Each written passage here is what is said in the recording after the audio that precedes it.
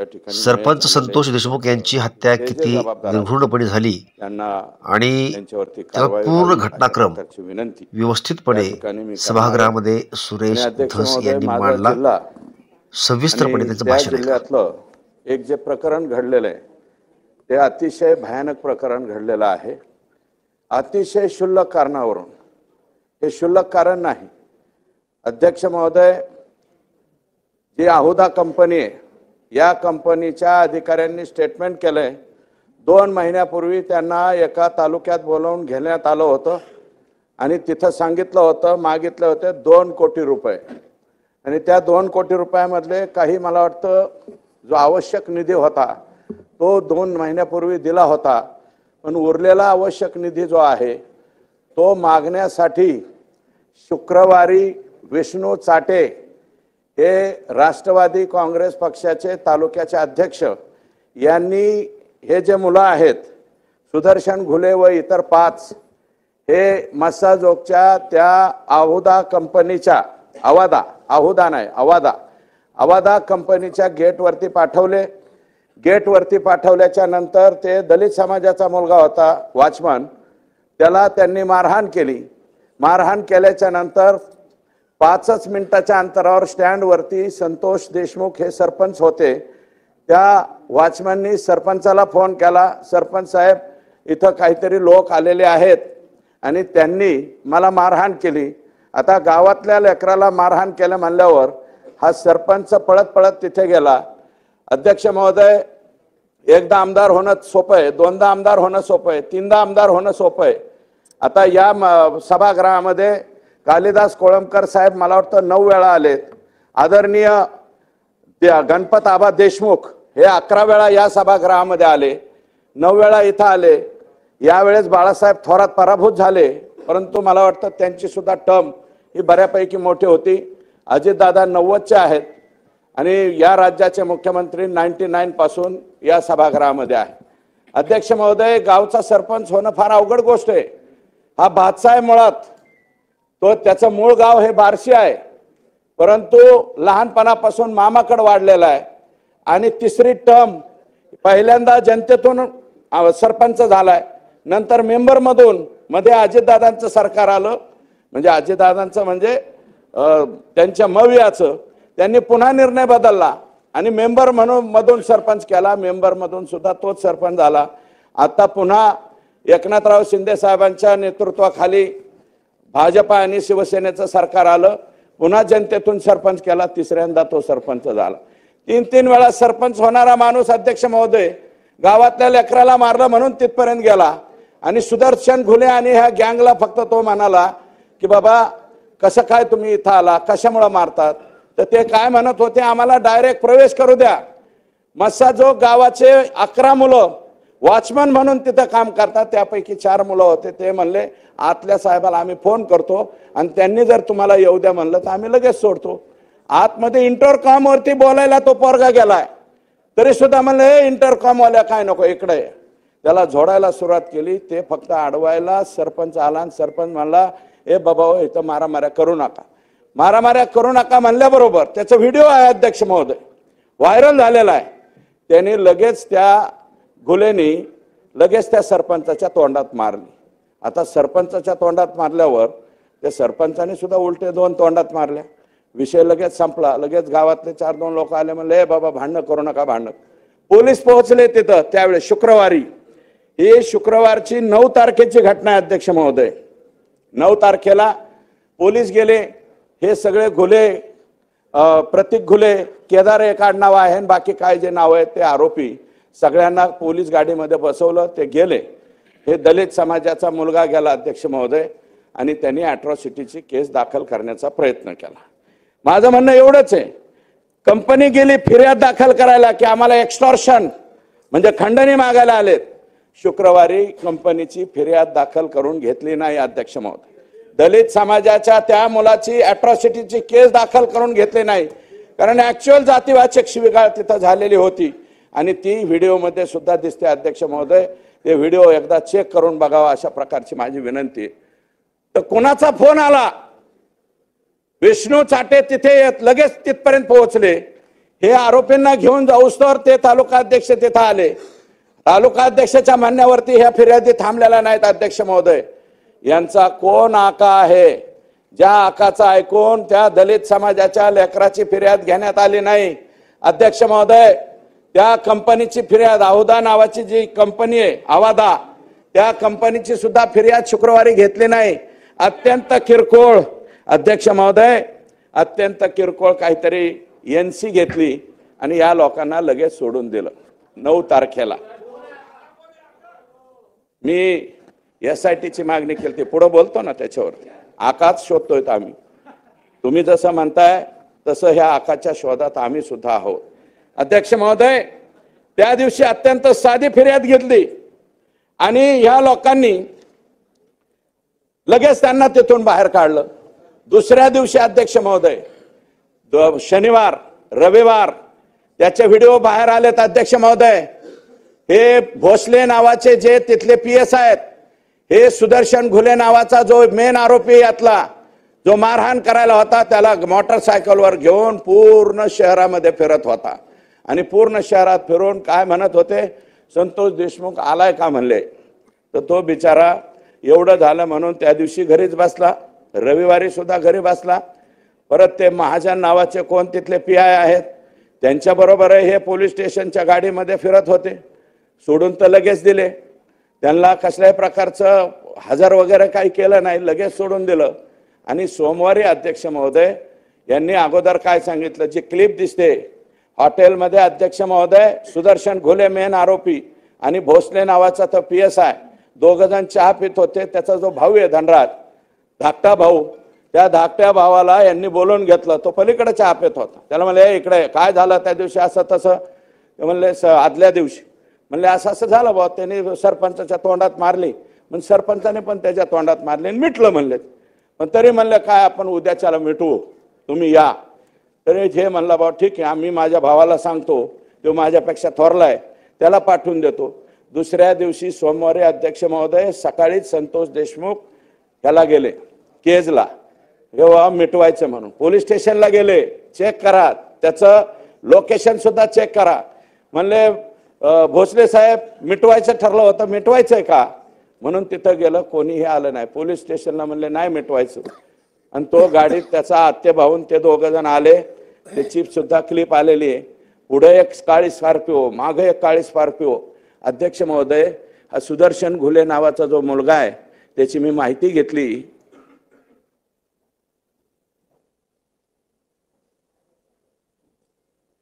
अध्यक्ष महोदय, सुदर्शन घुलेचं 4 का 5 का 6 पत्र्याचं घर आहे. 6 पत्र्याच्या घराचा माणूस स्कॉर्पिओ मध्ये कस काय फिरतो अध्यक्ष महोदय? त्याला कोणी स्कॉर्पिओ दिली? बक्षीस म्हणून दिली का डायरेक्ट त्याच्या नावावरती दिली? हे सांगा अध्यक्ष महोदय. अध्यक्ष महोदय, बीड जिल्ह्याचा परभणीचा विषय झालेला आहे सूर्यवंशीचा, आणि शेजारीच आमचा बीड जिल्हा आहे. नदी वाहून जाते अध्यक्ष महोदय, वान नदी आणि गोदावरी नदी खाली जाते आमच्या तिथून. अध्यक्ष महोदय, गंगाखेड, सोनपेठ, इथं सोनपेठचे सुद्धा आमदार बसलेले आहेत. त्याच्या शेजारीच परळी तालुका आहे. अध्यक्ष महोदय, हायवा किती चालाव्यात? 300 हायवा. कसल्याही प्रकारचा लिलाव नसताना सुद्धा 300 हायवा कुणाच्या आशीर्वादाने, कोणत्या आकाच्या आशीर्वादाने त्या ठिकाणी चालतात याचा सुद्धा शोध घेतला पाहिजे अध्यक्ष महोदय. हे फार भयानक आहे. 300 जर ते बी 10 टन ज्याच्यामध्ये वाळू जाती, असे अध्यक्ष महोदय 300 गाड्या रोज चालतात. सोनपेठच्या तिथं, गंगाखेडच्या तिथून रत्नाकर गुट्टे साहेब इथं असतील मला वाटतं, सन्माननीय सदस्य, त्यांना सुद्धा विचारा, तिकडनं सुद्धा येत असेल. 300 गाड्या चालतात अध्यक्ष महोदय. त्याला रॉयल्टी नाही, त्याला पावती नाही, काय नाही. आओ जाओ, आएंगे जाएंगे.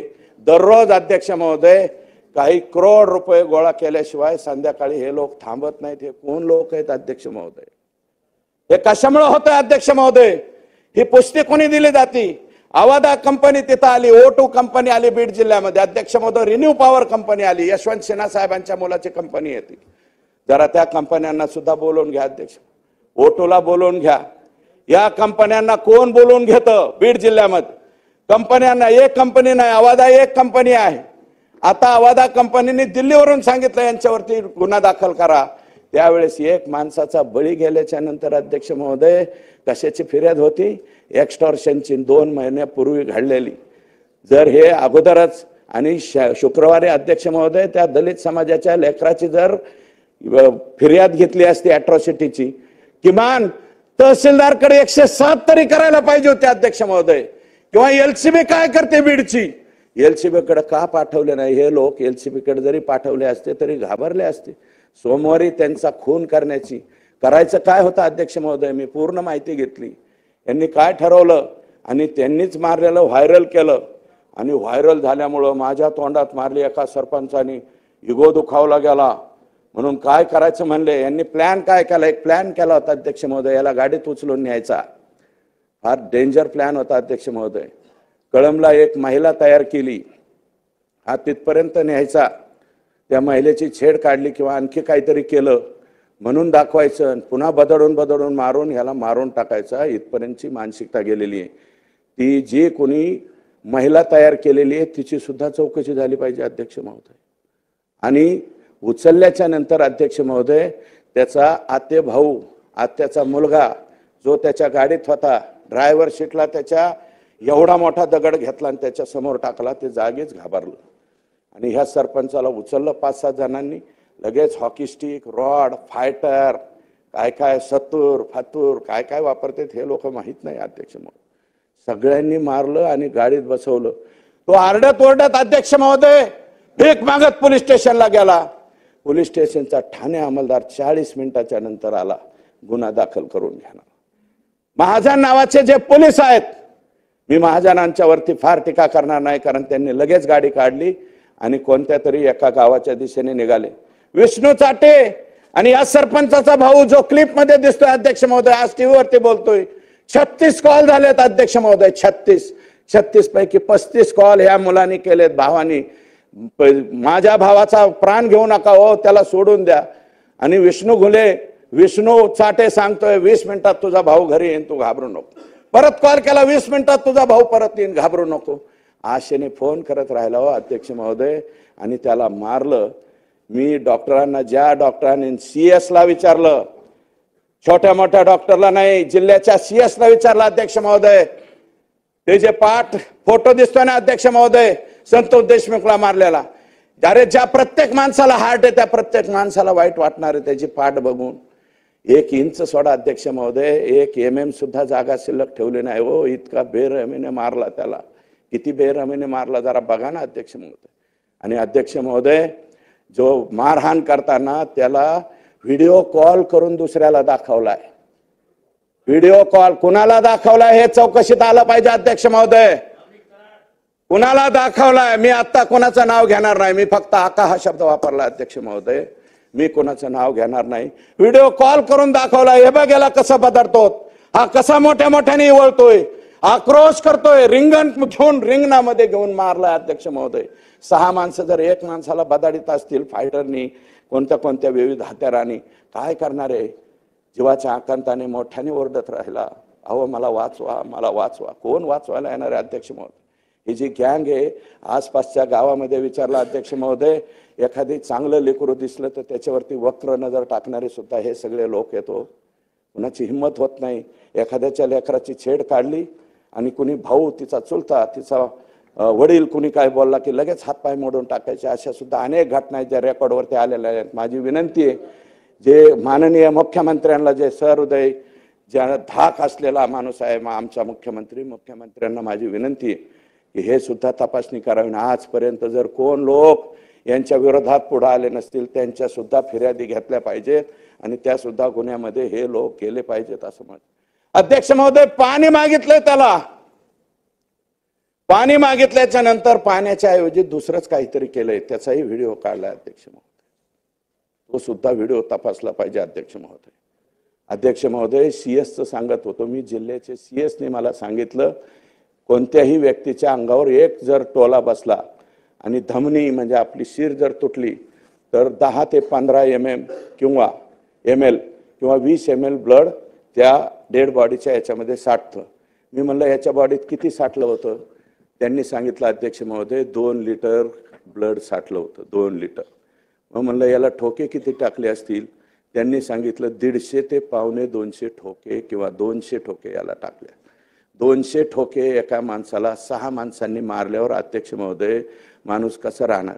अरे तुम्हाला खूनच करायचा होता तर टायरच्या खाली घालायचा, त्याला एखादी गोळी घालायची, कारण गोळ्या बिळ्या तर यांच्याकडे 100% असणार. अध्यक्ष महोदय 1200 का 1300 लायसन आहेत आमच्या बीड जिल्ह्यात. माननीय मुख्यमंत्री महोदय, लायकी नसणाऱ्यांकडे बी ती असं दाखवणार आहे, म्हणजे इथं दिसतं ना ते असं घालते पिस्तूल, ज्यांच्याकडं लायसनची गरज नाही असे माननीय मुख्यमंत्र्यांना विनंती करतो, आजच कलेक्टरला सांगा आणि ह्या सगळ्यांचे पिस्तूल काढून घ्यावं.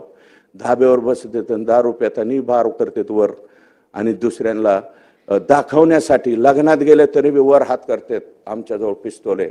असे बिनकामाचे ज्यांचे पिस्तूलचे लायसन असतील अध्यक्ष महोदय, कशा कशा पद्धतीने घेतात हे मी मुख्यमंत्र्यांना खाजगीमध्ये सांगेल. परंतु 1200 ते 1300 लायसन मला वाटतं कोणत्या जिल्ह्यातून, मुंबईत तरी आहेत का नाही कोणाला ठोक, मुंबईत असतील का नाही मला नाही माहिती. लायसनधारी पिस्तूल किती असतील आशिषजी? आणि आमचा जिल्हा नेमकं काय, गँग्स ऑफ सफेपूर काय करून ठेवलंय अध्यक्ष महोदय? अध्यक्ष महोदय 2 लिटर त्याच्या शरीरामध्ये. आणि अध्यक्ष महोदय 36वा कॉल विष्णू चाटेने केला, सांगितलं मी अजून 20 मिनिटात आणतो. 4 तास हे सगळं चाललं होतं आणि 4-3.5 तासांनी मेला तो. त्याला पाणी पाजलं नाही, त्याला मारत राहिले. दैठणा नावाच्या कळंब तालुक्यातल्या धाराशिव जिल्ह्याच्या शेवटच्या टोकाच्या गावावरती त्याचा मृतदेह फेकून दिला. आणि तिकडून काय सांगितलं, हे पोलीस म्हणले दैठण्याच्या शिवारात सापडलाय संतोष देशमुख, आम्ही त्याला दवाखान्यात घेऊन येतो. आशेने सगळं मसाजो गाव आणि त्याचे नातेवाईक तिथे गेले. अध्यक्ष महोदय त्याची डेड बॉडी काढली आणि पोस्टमार्टमच्या रूममध्ये आणून टाकली. अध्यक्ष महोदय लोक चिडले. शुक्रवारी ज्यांनी कोणी फोन केलेला अध्यक्ष महोदय शुक्रवारी, आणि माझं मत आहे अध्यक्ष महोदय, राज्याच्या मुख्यमंत्र्यांना विनम्र विनंती अध्यक्ष महोदय, हे विमा कंपन्या आहेत ना, माणसाचे विमे उतरवतात, त्या कंपन्या आता नवीन टेक्निक वापरतायत तपासणीचा अध्यक्ष महोदय, खोटे विमे प्रकरण होऊ नये म्हणून. मागील 1 वर्षाचं रेकॉर्ड काढलं जातं त्याचं, तो कुठे गेला कुठं आला, तो खरंच जे कारण मृत्यूचं दाखवलंय तोच मेलाय का, कारण त्यांना विम्याच्या रकमा द्याव्या लागतात. अध्यक्ष महोदय त्याचं टेक्निक सुद्धा मुख्यमंत्री महोदयांना मी विनंती केलेली आहे.